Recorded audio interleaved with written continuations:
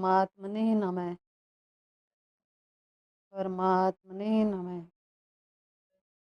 परमात्मने नमः। बोलो सतगुरुदेव भगवान की। आत्मा ही परमात्मा है और मैं भी वही हूँ। तो फिर खोज किसकी? तो फिर खोज किसकी? जो आत्मा है, जो परमात्मा है, जो अस्तित्व है, जो अज्ञेय है, जो सब कुछ है, वही मैं हूँ। फिर तलाश किसकी? तलाश हम कर रहे हैं अपनी, जो हम खो गए हैं। हम खो गए हैं जगत में। तो इसीलिए तलाश हो रही है कि मैं कौन हूँ? मैं कौन हूँ? मैं स्वयं को ही भूल गया कि मैं कौन हूँ। ये सबसे बड़ा पर्दा तो माया के द्वारा स्थापित किया गया। और जैसा कि जानते हैं कि श्री कृष्ण की ही माया है और बोला उन्होंने कि मम माया दुरत्या, तो तेरी माया का ना पाया कोई पार की लीला तेरी तू ही जाने। है ना, तो माया ही अलग है, ना तो मायापति अलग है, ना तो हम ही अलग हैं। लेकिन केवल जो ये शरीर है, ये बीच में आ रहा है जो शरीर, इसी को सत्य मानकर सारा उलझाव है। और इस शरीर के अंदर जो चीजें रखी गई, मन, अहंकार, ये काम, क्रोध, लोभ, मोह, ये ऐसी चीजें रख दी गई मनुष्य के अंदर कि अब युद्ध करो। हे अर्जुन, तू युद्ध कर। वो युद्ध का मैदान, वो मैदान युद्ध का था जो था, लेकिन यहाँ युद्ध करो तुम अपने में। तो अर्जुन को कहा जा रहा है कि युद्ध कर। किससे युद्ध कर? काम, क्रोध, लोभ, मोह, अहंकार, मन और अहंकार जैसी जो वस्तु है, इससे युद्ध कर। जो इनको परास्त कर देता है, वो वही हो जाता है जो वो है। और जो इन पर, वो ये सारी चीजें जिस मनुष्य पर सवारी करती हैं, तो फिर तो उसको बहुत जन्म लगेंगे। या फिर ऐसे कि ज्यों की त्यों धर देनी चदरिया, ऐसे के ऐसे सब चीज से अलग होकर अलग खड़े हो जाओ कि मैं ही हूँ वो, सब विकारों से रहित। तो फिर बस हरि नाम है और क्या है? कुछ भी नहीं। लेकिन अब कुछ भी नहीं तो मनुष्य तो संसार में रहता है ना। बात तो यह है कि मनुष्य रहता है संसार में, और संसार में ये सारी चीजें ना हो तो फिर जगत कैसे चलेगा? जगत को चलाने वाली तो माया है, इसीलिए वो सारी चीजें मनुष्य के अंदर रख दी हैं। तो अब इन सारी चीजों से पार पाना है, कैसे पाया जाएगा सारे विकारों से पार? तो फिर मनुष्य करता है गुरु की तलाश कि मैं खुद तो नहीं हटा सकता इन सारी चीजों को। ये तो एक एक चीज से अगर आप युद्ध करने चलोगे एक चीज से, तो आपको बहुत जीवन लगेंगे, बहुत समय लगेगा, क्योंकि एक एक विकार इतना शक्तिशाली है कि आप कई जीवन तक लगे रहो, परास्त नहीं कर पाओगे। लेकिन अगर आप इन सारे विकारों को एक साइड में रख के और गुरु भजन करते हो, राम नाम का सुमिरन करते हो, है, और शब्द की प्राप्ति करके उसी में रमण करते हो, तो फिर मन इन सारी चीजों से एकांत प्राप्त करके उसी में ही स्थित हो जाता है। इसीलिए राम नाम की महिमा है, सत्संग की महिमा है। अगर सत्संग ना हो तो मनुष्य कैसे जाएगा, कैसे पार पाएगा? क्योंकि अगर कोई किसी को कुछ ज्ञान के बारे में या कोई रास्ता नहीं बताता, तो फिर वो कैसे पार उतरेगा? इसीलिए सतगुरु का महत्व है। और गुरु भी वो होना चाहिए जो स्वयं सत्य में स्थित है, सब विकारों से बाहर है। तो ऐसे गुरु का ही महत्व होता है। और फिर इतनी साधनाएं कर लेते हैं सतगुरु, गुरु लोग जो हैं वो इतनी साधनाएं कर लेते हैं कि साधना कर करके पार पा लेते हैं हर चीज का, कि कौन चीज को कैसे हटाया जा सकता है और कैसे प्राप्त किया जा सकता है। प्राप्त तो है ही, प्राप्त तो है ही, लेकिन ये जो ऊपर लगा है सारा, ये कैसे उतरेगा? मेन प्रश्न तो यही है ना कि जो हमारे पास ये सारे विकार हैं, ये कैसे उतरे? तो बाकी जब मैं अंदर से ये ऊपर जो सारा लेपन है, अगर ये उतर जाएगा, तो फिर बीच में तो मैं वही हूँ, वही जिसकी मैं तलाश कर रहा हूँ। लेकिन यहाँ तक आते-आते, आते-आते कई जन्म लग जाते हैं। और अगर पूर्ण गुरु हो, तो बहुत जल्दी कल्याण हो सकता है। ऐसी बात नहीं है कि नहीं हो सकता। हो सकता है, लेकिन शिष्य भी तो ऐसा चाहिए ना, शिष्य भी ऐसा ही चाहिए। तो यहाँ जो मायापति और मायापति की माया, ये सारी श्री कृष्ण कहते हैं कि ये मेरी माया है। अब ये माया है, तो ये जो हमने देखा, जो जाना, इसका पार बिना सतगुरु की शरण में जाए बगैर पाना अति मुश्किल है, कठिन। क्योंकि जब मनुष्य पूर्णतया समर्पित अपने गुरु को हो जाता है, तब भी माया उसका पीछा नहीं छोड़ती, क्योंकि वो उसी से आया है ना, उसी से आया है।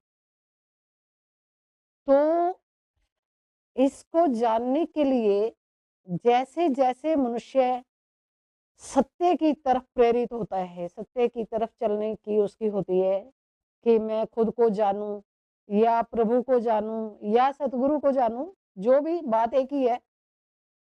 तो जब वो चलता है, तो चलने से के साथ-साथ ही वो थोड़ा-थोड़ा, थोड़ा-थोड़ा मिटना शुरू होता है, थोड़ा-थोड़ा। लेकिन कोई ऐसा सूरमा भी होता है जो घर का त्याग कर देता है। कहते हैं ना, भक्ति करे कोई सूरमा, जाति वर्ण कुल खोए। तो भक्ति जो है वो तलवार की नोक पर चलने के समान है।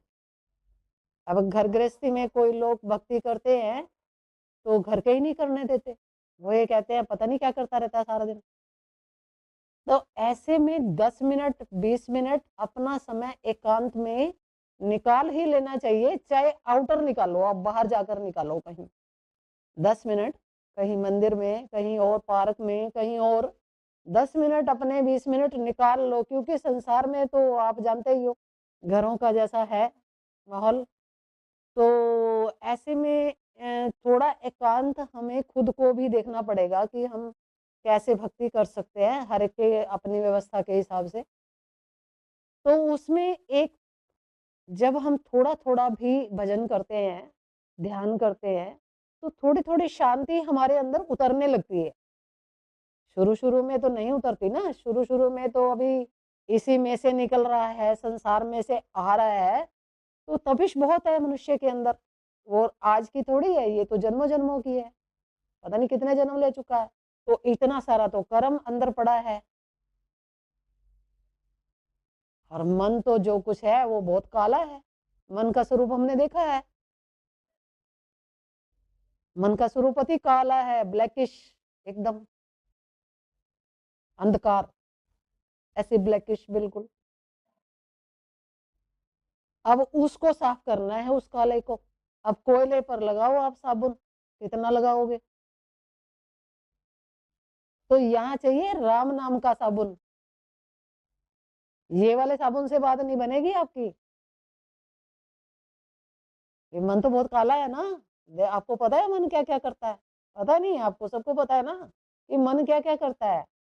वो यहाँ करता हुआ भी कर्म काला दिखाई देता है, वो अंदर भी है, उसका दर्शन करोगे तो काला ही है वो सफेद नहीं है, वो काला है। हमने तो देखा है तो बता रहे हैं। तो उस काले को सफेद करना है। अब एक एक चीज को आप कैसे सफेद करोगे? ये तो बहुत सारे हैं ना। हमने बताया था अली बाबा 40 चोर, एक मैं और 40 चोर। अब इनको कौन से किस को आप सीधा बनाओगे, ये तो सारे ही है, हो जाए पूरी। लेकिन यहाँ जहाँ ये इस पॉइंट की बात है कि कैसे एक एक से कैसे लड़ाई की है, भगवान कृष्ण तो कहते हैं युद्ध कर। युद्ध करने के लिए भी तो कितने बड़े बड़े योद्धा खड़े थे ना उनके सामने, युद्ध भूमि में। ये सारे योद्धा वही हैं जिनकी मैं बात कर रही हूँ, काम क्रोध लोभ मोह अहंकार। वो चीजें हैं जो गीता में, वो महाभारत में दिखाई गई है ना। वो सामने खड़े हैं, इतने शस्त्र लेकर सब खड़े हैं तैयार। वो सारा वही सीन है जो आपको अंदर काम, क्रोध, लोभ, मोह, अहंकार से टकराना है आपको। ये वही चीज है बिल्कुल बाहर। तो फिर यहाँ ये होता है कि सतगुरु के चरणों में समर्पण, क्योंकि किससे लड़ोगे आप? आपके पास ऐसी कहाँ ताकत है कि आप एक-एक किसी विकार से लड़ लोगे? लड़के देख लो, अगर जीत जाओ तो बता देना। आप देखते हो ना कितने बड़े-बड़े संत महात्मा हैं, वो भी देखो कहाँ कितनी ऊँचाई पर अद्वैत का वो सारा बखान करने के बावजूद भी नीचे गिर जाते हैं। आप देख रहे हो ना, जगत में ही देख रहे हो आप। तो कौन-कौन से विकार से आप लड़ लोगे भाई? तो यहाँ सीधे यही है समर्पण। तभी तो अर्जुन ने सारे शस्त्र श्री कृष्ण के चरणों में रख दिए थे ना। फिर उन्होंने ये कहा था कि मैं हूं, अब तू युद्ध लड़। वो सबको छोड़कर श्री कृष्ण की शरण हो गया था ना अर्जुन। गीता में यही बताया गया है सारा। तो जब वो परमात्मा की या सतगुरु की शरण में हो जाता है जीव, समर्पण हो जाता है, तब वास्तविकता घटती है। तब क्या होता है? तब माया जो है, माया, चेतना, चेतना के भी दो रूप है। जो माया चेतना है वो थोड़ा रास्ता देती है, क्योंकि अब प्रभु को समर्पित हो गया। ओ मनवा जो हरि को भजे तो माया चेरी हुए, है कि नहीं? तो अब मनवा तो भज रहा है हरि को, तो माया क्या करेगी? माया तो दासी है? वैसे तो तुम भी हरि हो, लेकिन ये तो सारा खेल खेला जा रहा है ना। ये सारा नाटक है, खेल है ये सब। तो माया जब जीव को फांस लेती है तो जीव फंस जाता है। अब देखो फंसे हो ना संसार में, कैसे फंसे हो? फंसे हो नहीं फंसे हो? फंसे हो ना? अब निकल कर बताओ। तो यहाँ है समर्पण। समर्पण गुरु शरण में, कि गुरु बताए, गुरु ने बतानी है टेक्निक कि कैसे निकला जाएगा। और जैसे जैसे आप शरणागति स्वीकार करते हो, ऐसे माया का दर्शन होने लगता है। फिर दर्शन होने लगता है, वो बता देती है कि मैं हूं, ले मैं कर रही हूँ ये सब, है ना? तो यहाँ एक माया, ऐसी माया है जो दिखाई देती है और फिर नहीं है। जो दिखाई तो दे रही है लेकिन नहीं है, जो अनुभव स्तर पर आती है।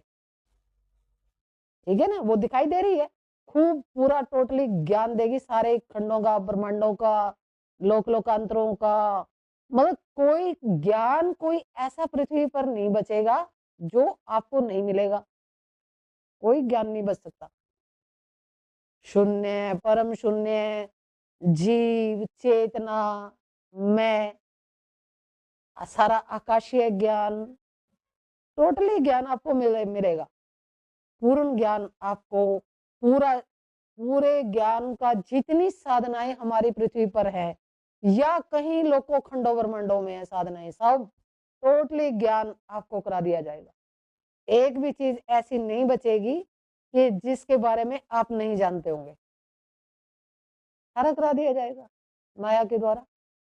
ये वो चेतना माया है जो जब हम अपनी साधना की स्टार्टिंग करते हैं, तो प्रथम जैसे हम ध्यान करना शुरू होते हैं तो ये प्रकट होती है दृश्य रूप में। दृश्य सामने दिखाई देने लगते हैं ना, कुछ कुछ दिखाई देता है, जो कुछ कुछ दिखाई देता है उसको दिखाने वाली है माया। माया दिखा रही है, लेकिन जो देख रहा है वो तो बहुत पीछे है ना। अभी तो माया ही दिखा रही है। माया आई, उसने दिखाया। इतने लोक लोकांतरों के सब दृश्य जितने भी दिखाएगी, देखो एक बार देखोगे आप, वो दोबारा आपको दिखाई नहीं देंगे, कहाँ चले गए वो। फिर कुछ और नया दिखाएगी, फिर वो दिखेगा, फिर कुछ और दिखाएगी। ऐसे पता नहीं कितने लाखों दृश्य आप देख लोगे। और वो जो दृश्य हैं वो ये मत समझना कहीं कहाँ से आ रहे हैं, वो तुम्हारे ही हैं, तुम्हारे अंदर है, वो वहां से दिखाई जा रहे हैं आपको माया के द्वारा। वो दिखाए जा रहे हैं सारे। देखो कितने दृश्य हैं, देखते रहो, पूरा जीवन निकल जाए, अगर दृश्य बंद हो जाए तो बता देना, चलता रहेगा। यहाँ गुरु की ज़रूरत है इस पॉइंट पर, कि आप तो देख रहे हो ना, आप तो देख रहे हो, आप देखते हो कि ओहो! बड़े सुंदर दृश्य है, इतना सारा ज्ञान है, स्वयं चेतना का ही दर्शन है, उसी चेतना का दर्शन है जो आपको दिखा रही है। वो तो इतना कुछ दिखा रही है कि आप लगे रहो, देखते रहो, समय को सारा खत्म कर दिया जाएगा, दिखाती रहेगी, कभी भी देख लो आप, जब भी ध्यान में बैठोगे आपको दिखाएगी। और मनुष्य अपना देखता रहता है, सिनेमा है ये, वो स्क्रीन पर चलता रहता है, पर्दे पर पिक्चर। थिएटर में क्या करते हो आप? आप बैठकर और आप देख रहे हो, आप पिक्चर देख रहे हो, स्क्रीन बिल्कुल साफ है, उस पर सारे चित्र बनते रहते हैं और आप देखते रहते हो और 3 घंटे आराम से बैठे रहते हो, नो डिस्टर्बेंस, कुछ नहीं, सब आराम से देखते रहते हैं बैठ के। और अंधेरा ही कर दिया जाता है, कभी रोशनी में देख लो कुछ, अंधेरा कर दिया जाता है, आराम से देखो, है ना? तो उसमें देखते रहते हैं, 3 घंटे देख के अपना आराम से आ जाते हैं, तो 3 घंटे का समय चला गया ना आपका। आपका क्या गया? आपका 3 घंटे समय चला गया। और ये जो समय है, समय के हमने पार जाना है,